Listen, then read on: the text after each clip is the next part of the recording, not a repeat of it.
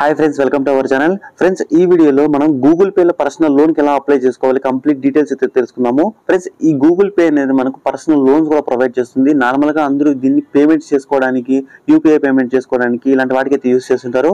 కానీ మనకు Google pay అనేది మనకు పర్సనల్ లోన్స్ అనేది కూడా ప్రొవైడ్ చేస్తుంది. ఈ రోజు వీడియోలో ఈ పర్సనల్ లోన్స్కి ఎలా అప్లై చేసుకోవాలి కంప్లీట్ డీటెయిల్స్ అయితే తెలుసుకుందాము. వీడియో నచ్చితే లైక్ చేసి వీడియో అందరికీ షేర్ చేయండి. ఫ్రెండ్స్, దీనికోసం నేను గూగుల్ పే యాప్ అయితే ఓపెన్ చేశాను. ఆ యాప్ ఓపెన్ చేసిన తర్వాత మనకి యాప్ ఇంటర్ఫేస్ అనేది మనకి ఈ విధంగా కనిపిస్తుంది. ఇక్కడ మీకు దీనికి సంబంధించి కొంచెం పైకి స్క్రోల్ చేయండి. పైకి స్క్రోల్ చేసిన తర్వాత ఇక్కడ మనకి చాలా ఆప్షన్స్ అయితే ఇందులో అవైలబుల్ లో ఉంటాయి. ఇక్కడ డీటెయిల్స్ చూసుకున్నట్లయితే మీరు ఆల్రెడీ గూగుల్ పే అనేది యూస్ చేస్తుంటారు కదా. గూగుల్ పే అనేది యూస్ చేసిన వాళ్ళు ప్రతి ఒక్కరు పర్సనల్ లోన్ అయితే అప్లై చేసుకోవచ్చు. ఇక్కడ మీరు డీటెయిల్స్ చూసినట్లయితే ఇక్కడ పర్సనల్ లోన్ అనేసి ఇక్కడ మీకు కనిపిస్తూ ఉంటుంది.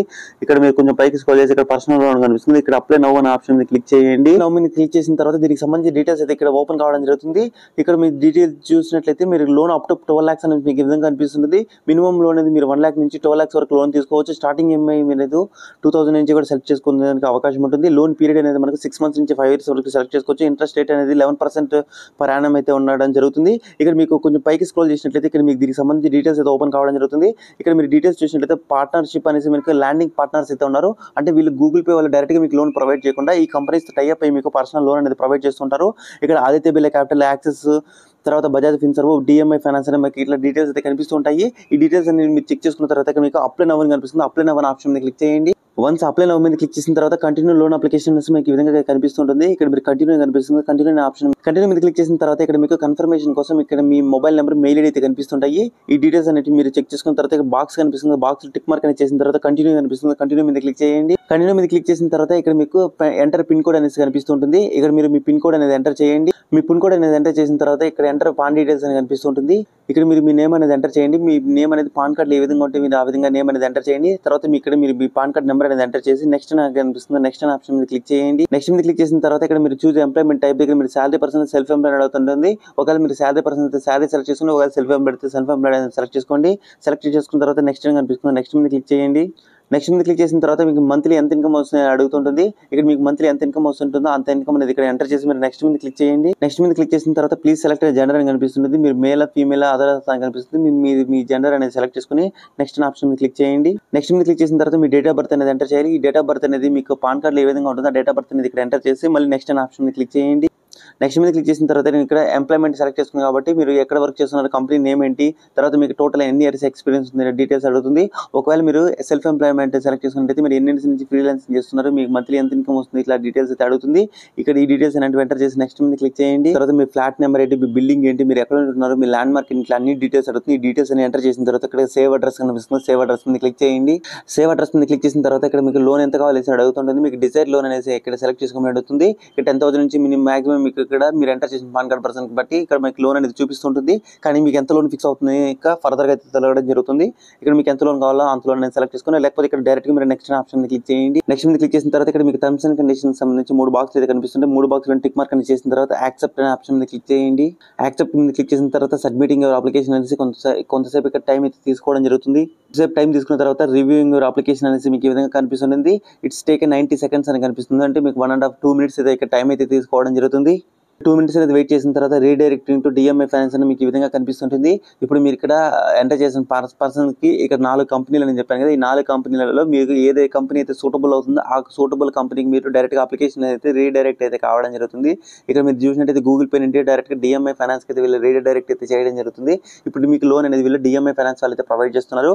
ఇట్లా మీరు కొంచెం వెయిట్ చేయండి. కొంచెం వెయిట్ చేసిన తర్వాత డిఎంఐ ఫైనాన్స్, గూగుల్ పే నుంచి మనకి ఈ విధంగా కనిపిస్తుంది. ఇక్కడ సెలెక్ట్ బ్యాంక్ స్టేట్మెంట్ మీద క్లిక్ చేసి ఇక్కడ మీరు సెలెక్ట్ బ్యాంక్ మీద క్లిక్ చేసి ఇక్కడ మీ గూగుల్ పేకి మీరు ఏ బ్యాంక్ అకౌంట్స్ అయితే యాడ్ చేయంటారో ఆ బ్యాంక్ అకౌంట్స్ ఇక్కడ మీకు కనిపిస్తుంటాయి. మీకు ఏ బ్యాంక్ అకౌంట్ లింక్ చేస్తారో ఆ బ్యాంక్ అనేది ఇక్కడ సెలెక్ట్ చేసుకోండి.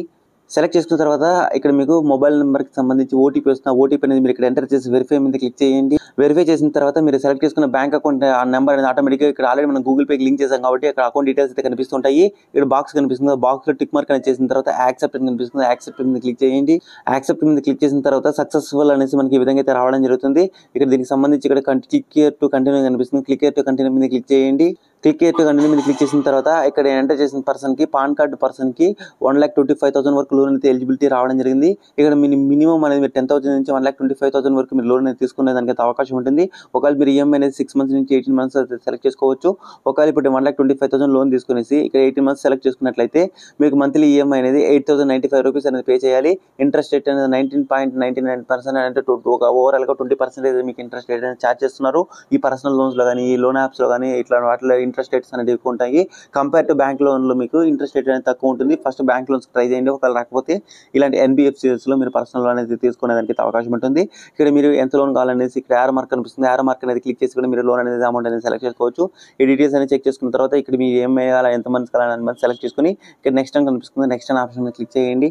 నెక్స్ట్ మీద క్లిక్ చేసిన తర్వాత ఇప్పుడు నాకు 1,25,000 లోన్ కావాలనుకున్నాను కాబట్టి 1,25,000 అయితే లోన్ అయితే ఎంటర్ చేయడం జరిగింది. ఇక్కడ మనం ఫీజు అనే ట్యాక్సెస్ చూసినట్లయితే 4,425 రూపీస్ అనేది ట్యాక్సెస్ చార్జెస్ అనేవి పడుతున్నాయి. ఇక్కడ మీరు 1,25,000 లోన్కి అప్లై చేసినట్లయితే మీకు 1,20,575 రూపీస్ మీకు లోన్ అనేది రావడం జరుగుతుంది.